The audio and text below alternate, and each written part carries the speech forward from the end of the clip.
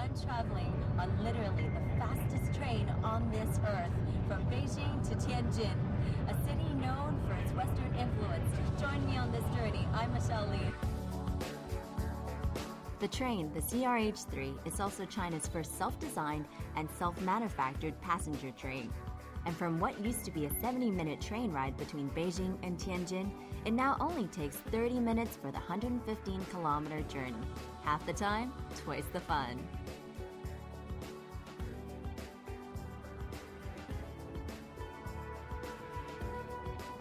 And I've arrived in Tianjin City! That was probably the quickest journey I've ever taken. But now it's time to explore. Onwards! Being the third largest city in China can't be easy, especially when you have to compete with the likes of older siblings Beijing and Shanghai. But Tianjin holds her ground well. The coastal city washed by the Bohai Sea was once the most convenient access point to China's capital from overseas. Its unique geographical location determined Tianjin's fate as a hotbed of cultural and imperialist clashes. Now, I've read a fair bit about the city being an open museum, with its rich legacies of the different societies that once laid claim to its port. And on my way there, I'm charged with curiosity, wondering how accurate the picture I'd painted of the city in my mind's eye from the various historical snippets I'd read was.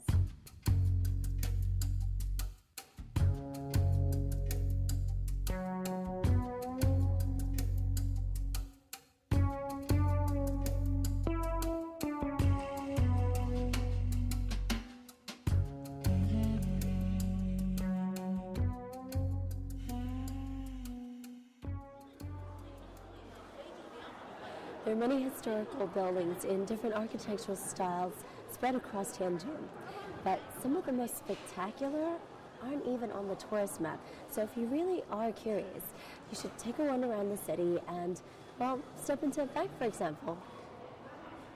Tianjin was one of the earliest cities in China to open up to foreign businesses after the Opium War.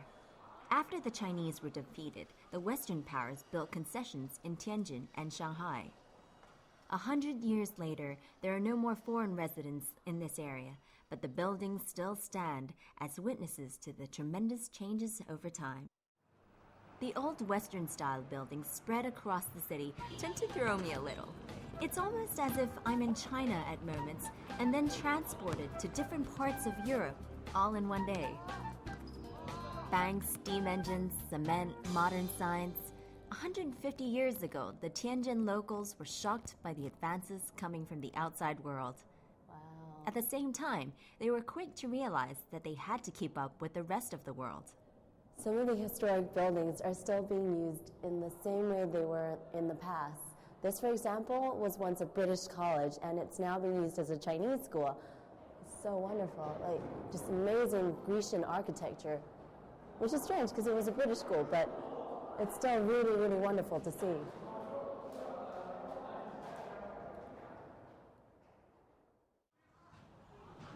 While watching these young Chinese students playing basketball, I can almost imagine the Victorian period students on the same field, enjoying a different sport perhaps, but showing the same enthusiasm.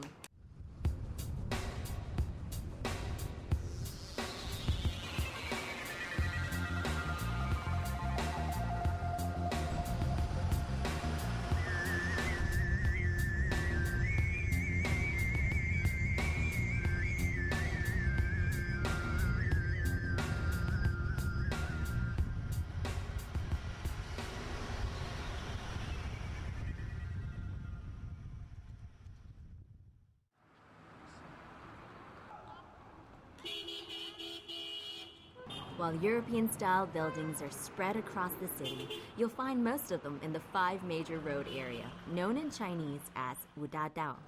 This area attracts tourists, avid photographers, and people interested in old architecture.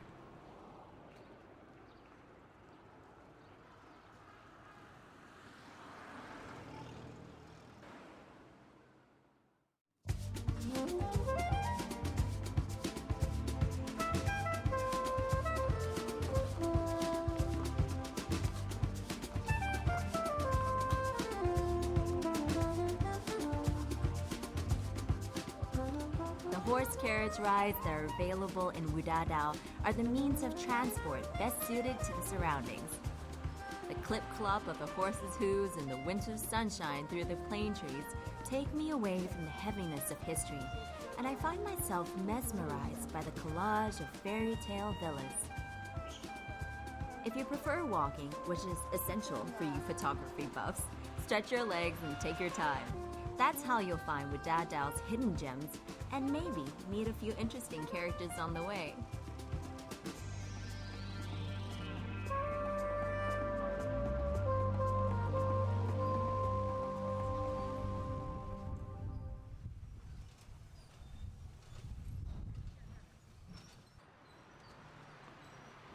While I'll never be able to see the heyday of this concession, just walking around allows me to experience a part of history. The different styles of architecture reflect the various countries of the people who once inhabited these homes. And it sure was a melting pot of different cultures.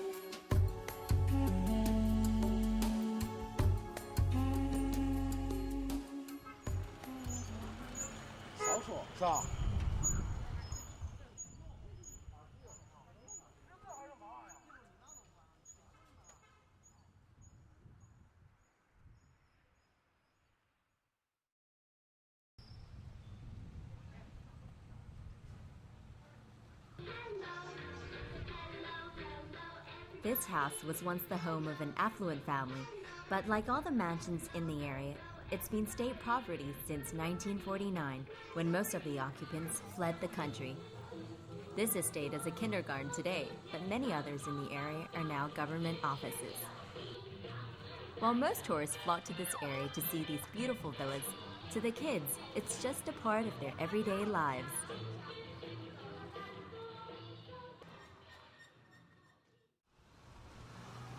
With its 230 Western-style villas built in the 1920s and 1930s, I believe Wudadao deserves the reputation of being a world-building exposition. I've been told that there are 89 English-style buildings, 41 in the Italian architectural style, 6 French-style ones, 4 German, 3 Spanish, and 3 featuring a Chinese Western mix. All in all, that's quite a mix.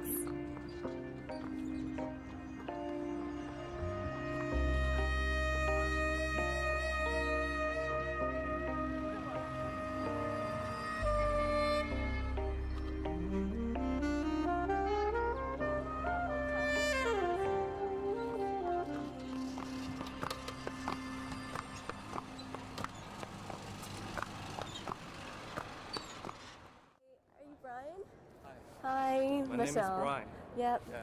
Welcome to Tianjin Museum. Thank you. And this is the biggest museum in To better understand Tianjin's and even China's history, I recommend a visit to the Tianjin Museum, where you'll get a more accurate account of the city's earlier years.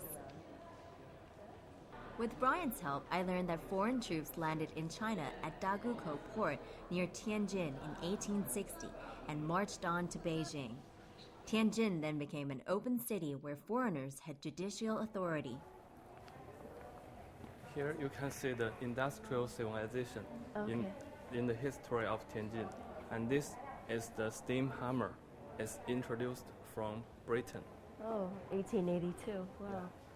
And this one you Influenced can by see Chinese and Western politics and the convergence and contradictions of culture, Tianjin learned to accommodate the old and new and flourished as a busy, multicultural industrial city. Many Chinese entrepreneurs started private industrial companies here.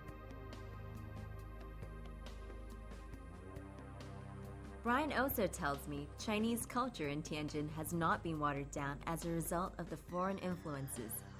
Instead, the city has become a stronghold of many traditional forms of art. and Tianjin still maintains a rich heritage of traditional performing arts. Tianjin's history is a crust of colonial influences and deep-rooted Chinese tradition. Just knowing that it's a port city is one thing. What's really important is getting a sense of what it was like back in the past. I don't think that you really see a city till you've learned a little about its history. Many historical dramas were staged here at the Astor Hotel. From the blue-blooded to the many VIPs who played a part in changing the face of China, numerous famous people have passed through these very doors of the oldest and most famous hotel in the heart of the city. The old wood paneled floor, the vintage clocks, stairways, and elevator at the Astor set the tone of what I know is going to be an unrivaled hotel experience. Housekeeping.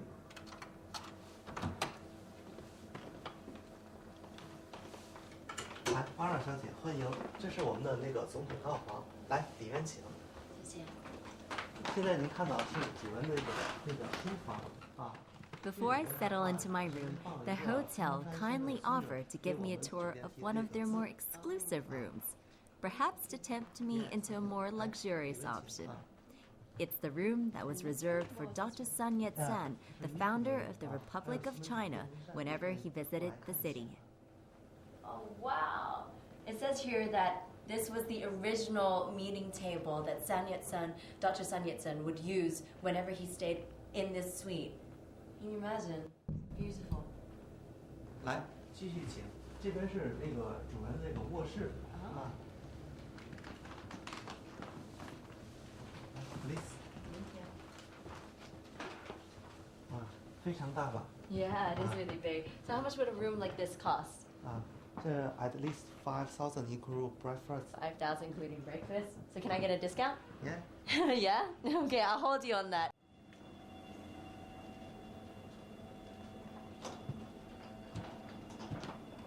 While the elevator shakes and creaks up and down its vertical route, I think of the many people who have graced the halls of the hotel, and in particular, a frequent visitor whose footsteps literally brought forth the sound of music. The Grand Master of Peking Opera, Mei Lanfang, he used to spend a lot of time in Tianjin around the 1920s, and the locals really respected him. In fact, to this day, they remember him fondly.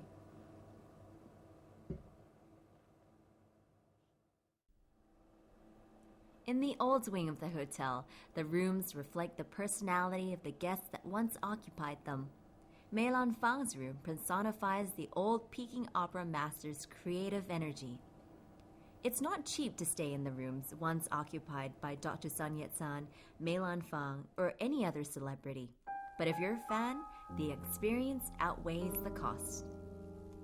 It's one thing to be given a sense of history, but quite another to experience it. To walk the halls with their step-worn, creaking floorboards and smell the muskiness of walls filled with secrets from the past. Much of the old furnishings, antiques, and memorabilia presented by guests such as Puyi, the last emperor of China, have remained within the hotel premises. Boy, do I have a surprise for you. It's lunchtime and I'm starving. I'm going to take you to one of the best baozi places in all of China, Gobuli. Ask anyone, they'll know about it. Let's go, come on.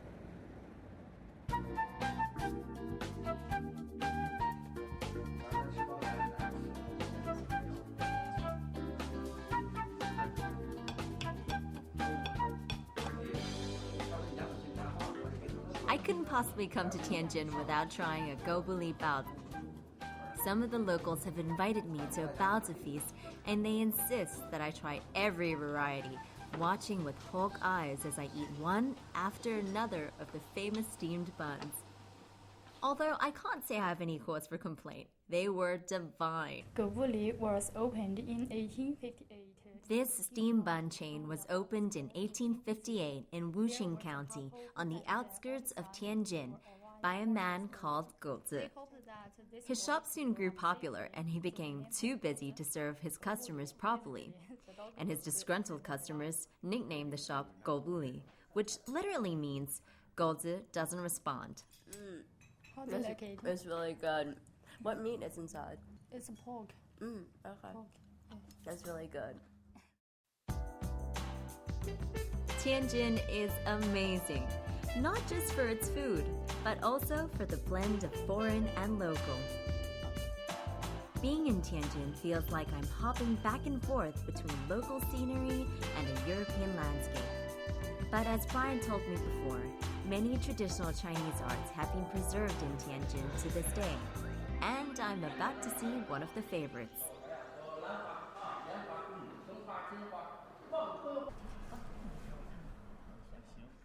咱们天津市戏曲曲艺之乡，天津人爱听相声，其实全国观众都爱听天津人说相声。I've heard the locals say that Tianjin people are known for their fondness for xiangsheng, the comic crosstalk, ballad singing, and folk operas. 今天呢，想跟张老师请教一个问题。什么问题呀？我想问问您呐，为什么天津人说话特别哏儿？这叫什么问题呀？定遭害，真假不辨，灾祸生的此期期间多留意，路途上可不止一个白骨精啊！打板就唱，打板起唱。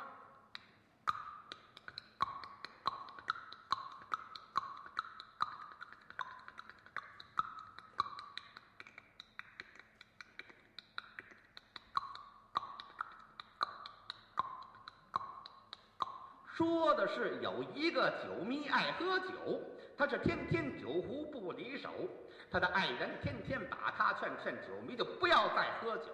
这个酒迷说：“哎，别提了，我只要听见有人说酒字就勾起我。” Xiangsheng combines banter between the performing partners telling humorous stories. I don't fully understand it, but from watching, I get a feel of this traditional form of entertainment that's least tainted by modern commercialization. Around me, people are sipping cups of tea while listening to Xiangsheng. As for me, I'm staring embarrassingly wide-eyed, intrigued by the special stage arrangement and the total concentration of the audience.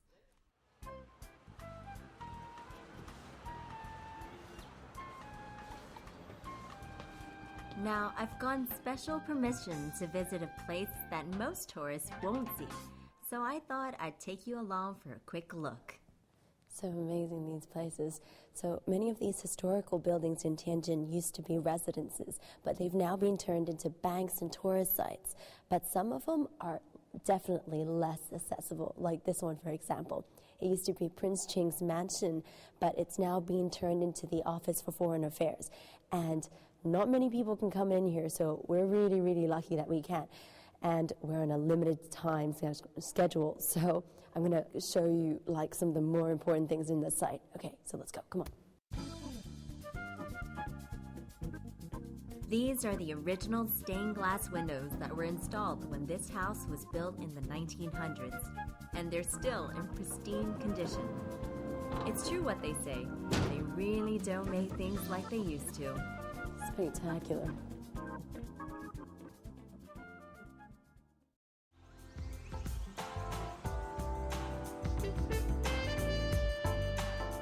It's been a long day, but I'm determined to get a feel of Tianjin's nightlife. Tianjin has a long history of being a multicultural city, and I figured it wouldn't be too hard to find some decent European fare. Hi, Misha. Yeah? This is Kissin Restaurant. It was formed in 1901 by Kissin. Kissin is German people. And he was joined by another German people in 1936. That's really nice. Is this your first time here? Yeah, it's first time. Oh, okay. Hello. Thank you. Here we are. Hi. This is escargot. Really? Escargot de Bourgogne. This is really the best meal in France. The manager of the French portion of this restaurant told me that Kiesling established its name as a top-class restaurant in North China and was once the haunt of many dignitaries. It has changed a lot over the years, but up to this day, it keeps its original name. After China adopted its opening policy in the 1980s, foreigners returned to Tianjin, and the Kiesling grew popular once again. Although Kiesling was originally a German restaurant, it's now opened a French section under the same roof. And on tonight's menu, foie gras and escargot.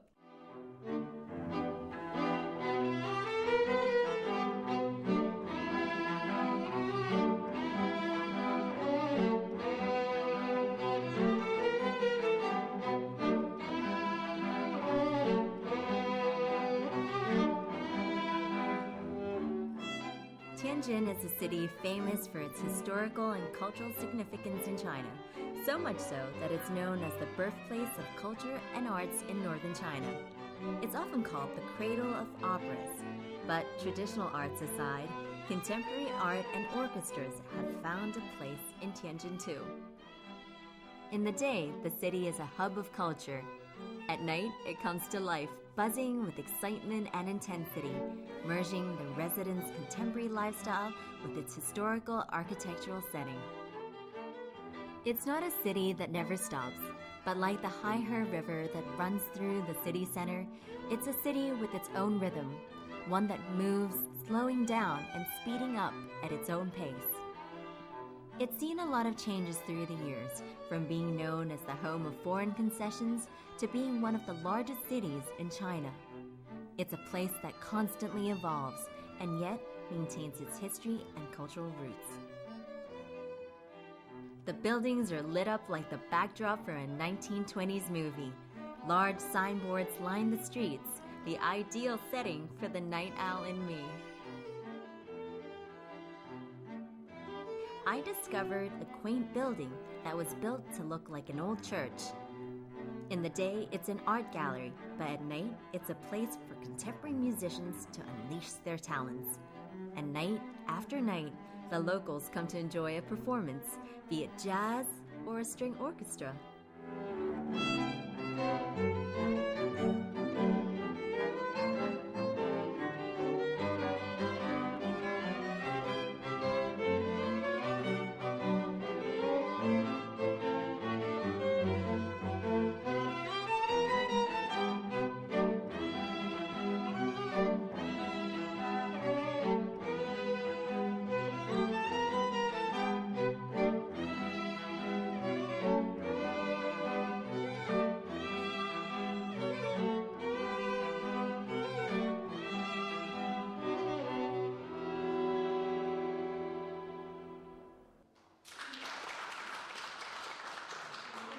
After the performance is over, I stay behind to watch as a student gets a private lesson from her teacher. One might think that Tianjin is similar to the nearby capital of China, Beijing, but you'll only need to visit to see the vast differences between the two cities. For tourists visiting Tianjin, I recommend exploring the nooks and corners of the city.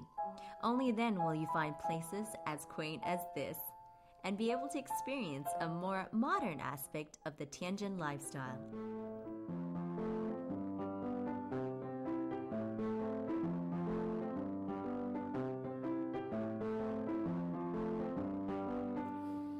Well, you know what? If you're hoping for some kind of masterpiece, you're going to be pretty disappointed because I've pretty much forgotten how to play. But you know what? Being in Tianjin has really inspired me to reconnect with my love for arts and architecture, and I hope it did the same for you. But we've got to go for now, so I hope you enjoyed the trip. Thanks for watching Travelogue, and I'll see you next time. I'm Michelle Lean, reminding you to keep those bags packed.